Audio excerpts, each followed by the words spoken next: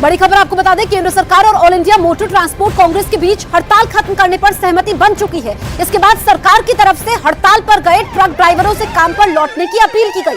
केंद्र सरकार के मुताबिक हिट एंड रन पर नए कानून अभी लागू नहीं हुए हैं और all India motor transport Congress से चर्चा के बाद ही नए कानून और प्रावधान लागू होंगे।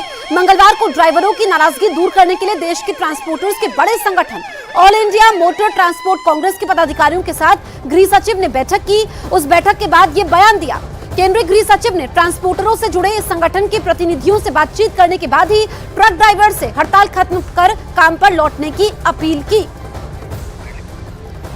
तो हिट एंड रन मामले पर गतिरोध सुलझ चुका है। इस वक्त की सबसे बड़ी खबर हम आपको बता रहे हैं। दरअसल केंद्र सरकार और all India motor transport Congress के बीच हड़ताल खत्म करने पर अब सहमति बन चुकी है और ट्रक ड्राइवर्स से काम पर लौटने की अपील की गई थी। अब वो काम पर लौट चुके हैं और नए कानून अभी लागू नहीं हुए हैं। हिट एंड रन पर चर्चा के बाद ही ये फैसला लिया जाएगा, ये बात बताई गई है। तो जिस तरीके से गतिरोध बना हुआ था, क्योंकि हिट एंड रन पर नए कानून अभी लागू नहीं हुए हैं, ऐसे में मोटर ट्रांसपोर्ट कांग्रेस से चर्चा के बाद ही नए कानून लागू होंगे, ये स्थिति को साफ किया गया है। जो हम आपको ब्रेकिंग न्यूज में बता रहे हैं कि अभी नए कानून लागू नहीं हुए हैं और गृह सचिव ने ये ट्रांसपोर्टर्स को बताया, ट्रक ड्राइवर्स को बताया कि चर्चा के बाद ही नए कानूनों को लागू किया जाएगा। तो जब गृह सचिव का ये बयान सामने आता है, उसके बाद गतिरोध सुलझता है। तो हिट एंड रन पर नया कानून अभी लागू नहीं है और 10 साल की सजा, जुर्माना अभी लागू नहीं है। ये जो प्रावधान है जिसको लेकर के कंफ्यूजन था, ये साफ किया गया है।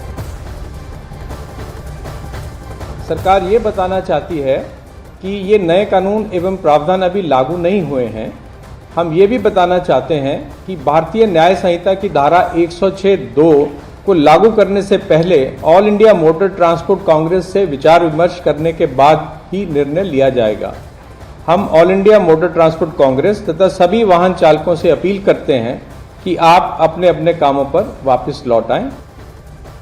और वहीं अखिल भारतीय मोटर ट्रांसपोर्ट कांग्रेस की कोर कमेटी के अध्यक्ष बाल मलकीत सिंह ने कहा कि ये कानून अभी तक लागू नहीं है, हमने हड़ताल वापस करने की अपील भी कर दी है। हम आपसे अपील करते हैं कि आपकी चिंता जो मंशा थी उसका हल निकल चुका है। आपसे अपील करते हैं कि अपने वाहनों पर आइए, अपने वाहन बिना कोई डर के चलाइए। हम पूरी टीम आपके लिए 24/7 365 दिन हाजिर हैं। आपसे एक बार फिर अपील करते हैं कि अपने वाहनों पर आइए और वाहन चलाइए और आपकी चिंताएं दूर हुई हैं।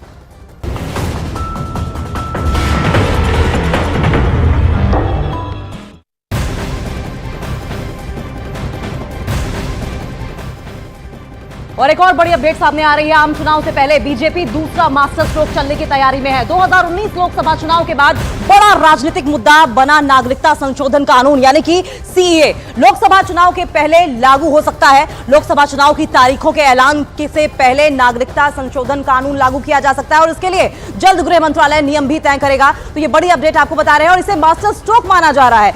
आम चुनाव से पहले बीजेपी अब अपना दूसरा मास्टर स्ट्रोक चलने की तैयारी कर रही है। सीएए पर सूत्रों के हवाले से खबर ये निकलकर सामने आ रही है कि लोकसभा चुनाव से पहले ही सीएए लागू किया जा सकता है। 2019 लोकसभा चुनाव के बाद बड़ा राजनीतिक मुद्दा बनकर उभरा था सीएए, लेकिन आखिर क्या कहता है नागरिकता कानून और इसके लागू होने के बाद क्या बदलाव होगा और किसे इसका सबसे ज्यादा फायदा मिलेगा, आपको इंफॉर्मेशन वॉल के जरिए एक एक पॉइंट के जरिए बताने की कोशिश करेंगे। सबसे पहले जानने की कोशिश कीजिए कि क्या है सीएए। ये कानून भारतीय नागरिकता देने का रास्ता खोलता है, रास्ता और आसान होगा इंडियन सिटीजनशिप का। भारत के 3 पड़ोसी देशों के विस्थापितों को भारत की नागरिकता देने में मदद करेगा। 31 दिसंबर 2014 के पहले की अगर बात करें तो 6 अल्पसंख्यकों पर यह कानून लागू किया जाएगा।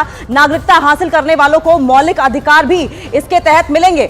ये तमाम बड़ी बातें हैं जो कि सीएए के तहत आती हैं। इसके अलावा 3 देशों से आए विस्थापितों को दस्तावेज देने की जरूरत नहीं होगी, जो हम बात पहले भी कह रहे थे कि नागरिकता दिलाई जाने में आसानी होगी।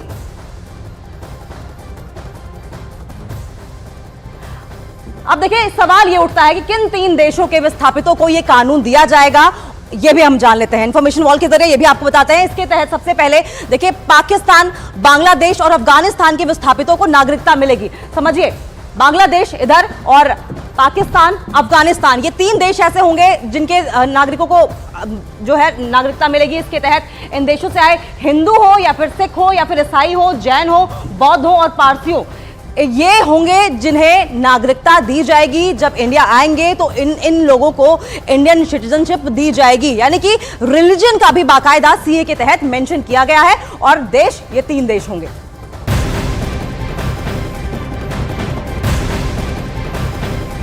करनी सेना के अध्यक्ष सुखदेव सिंह गोगामेड़ी की पिछले महीने हुई हत्या की जांच कर रही एनआईए राजस्थान और हरियाणा में छापे मार रही है।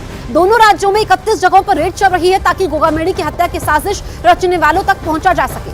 आरोपियों में रोहित राठौर और नितिन फौजी समेत कई लोगों की ठिकानों पर छापे मारे जा रहे हैं। 5 दिसंबर को करनी सेना के चीफ सुखदेव गोगामेड़ी को जयपुर में उनके घर में घुसकर रोहित राठौर और नितिन फौजी ने गोलियों से भून दिया था। दोनों पुलिस की गिरफ्त में है, मगर एनआईए उन्हें हत्या का ऑर्डर देने वाले मास्टरमाइंड तक पहुंचने के लिए सर्च ऑपरेशन कर रही है, क्योंकि इस हत्याकांड के तार लॉरेंस बिश्नोई गैंग से जुड़े हुए हैं। रोहित राठौर और नितिन फौजी के पीछे बिश्नोई गैंग का गैंगस्टर रोहित गोदारा माना जा रहा है।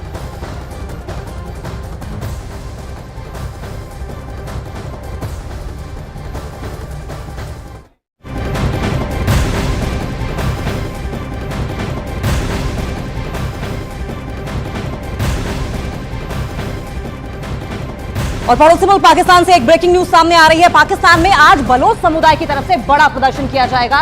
बलोच समुदाय से जुड़े प्रदर्शनकारियों ने आज इस्लामाबाद बंद बुलाया है और पाकिस्तान सरकार के खिलाफ प्रदर्शन का ऐलान कर दिया है। पाकिस्तान में बलोच कार्यकर्ताओं पर पाकिस्तानी सेना और सरकार के अत्याचार के खिलाफ ये प्रदर्शन हो रहे हैं। बलोच समुदाय के लोगों का आरोप है कि इस्लामाबाद पुलिस की तरफ से लोगों को परेशान किया जा रहा है। बलोच समुदाय के लोगों का नरसंहार करने का भी इस्लामाबाद पुलिस पर आरोप लगाया गया है। अब समझिए, चुनाव नजदीक है पाकिस्तान में, 4 फरवरी को चुनाव होने हैं और ऐसे में एक के बाद एक प्रदर्शन, कभी कराची, कभी इस्लामाबाद, और आज बलोच समुदाय की तरफ से बड़ा प्रदर्शन किया जा रहा है। बलोच समुदाय से जुड़े प्रदर्शनकारियों ने आज इस्लामाबाद बंद बुलाया है और पाकिस्तान पुलिस पर अत्याचार का आरोप लगाया।